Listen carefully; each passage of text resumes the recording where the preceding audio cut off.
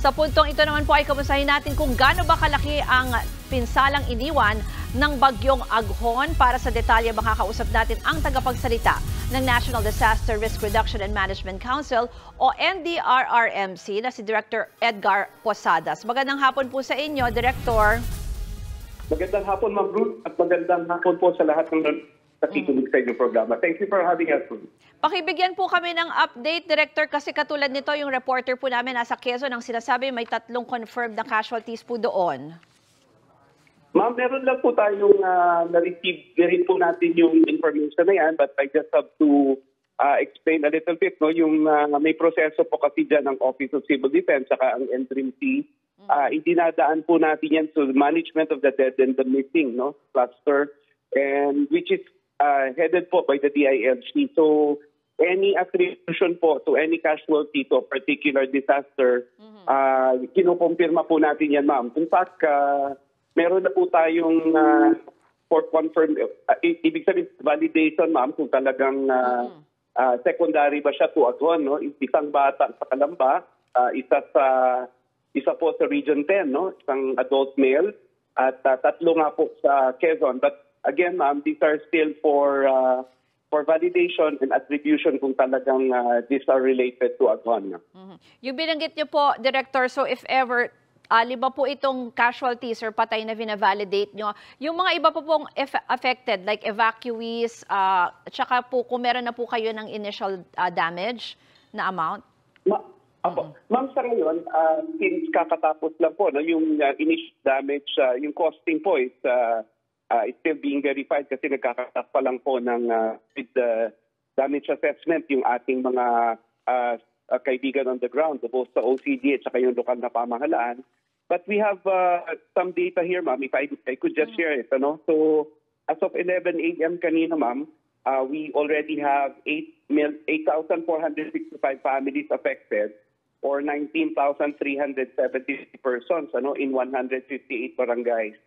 Out of which 657 families or 2,100 plus persons are currently in 81 evacuation centers. But there are also families, ma'am, 821 families ito, living outside evacuation centers. We have from 4 yesterday, naging 7 ngayon yung injured persons natin, ma'am. We have also 2 roads and 1 bridge na not passable. 6 cities and municipalities na naka-experience po ng power interruption.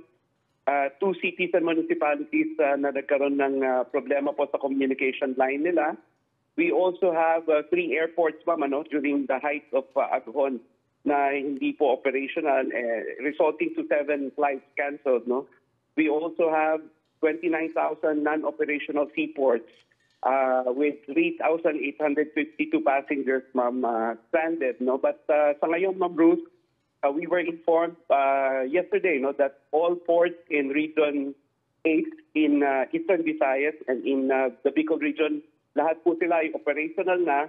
And kanina pong umaga, we were informed by OCD4A na sa Calabarzon naman, ma'am, since kakaalis lang ng bagyo doon, initially yung Batangas port lang muna, but eventually siguro mag-o-open din lahat ng mga ports na yan, ma'am.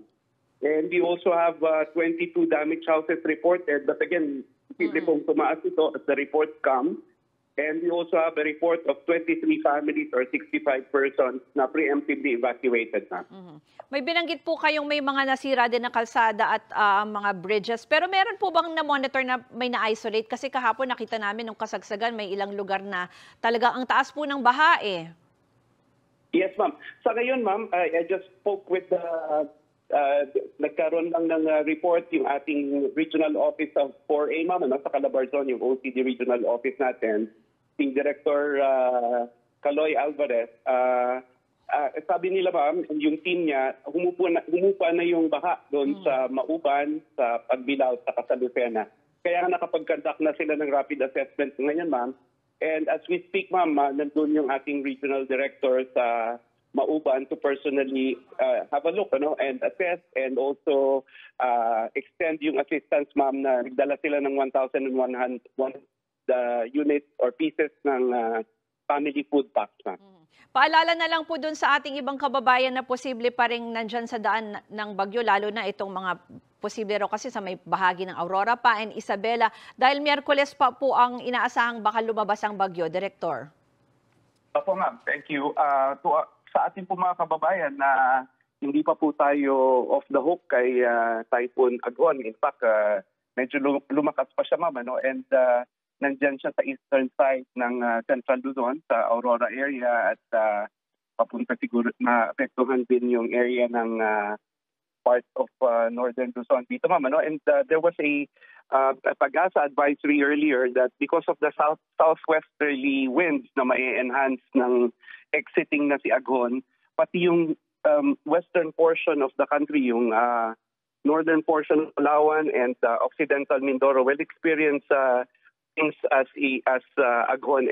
So yung panatiliin po natin yung pagmamatsyag, yung ating proactiveness, yung ating pakikinig sa mga programa such as yours, ma'am, no? Because we talk to you to inform everyone. And kapag tayo po ay nasabihan ng ating mga kinaukulan, please heed the call, no? Because we are very much interested in your safety. Okay. Your government is here, ma'am, to really provide and address the needs if needed. Thank you very much, ma'am Ruth. Maraming pong salamat kay Director Edgar Posadas, ang tagapagsalita ng NDRRMC. Mga kapatid, ako po si Ruth Cabal. Maging maalam at may pakialam sa mga may init at rumaratsadang balita sa Frontline Express. Para maging updated sa balitaan, mag-subscribe lang sa social media pages ng News 5.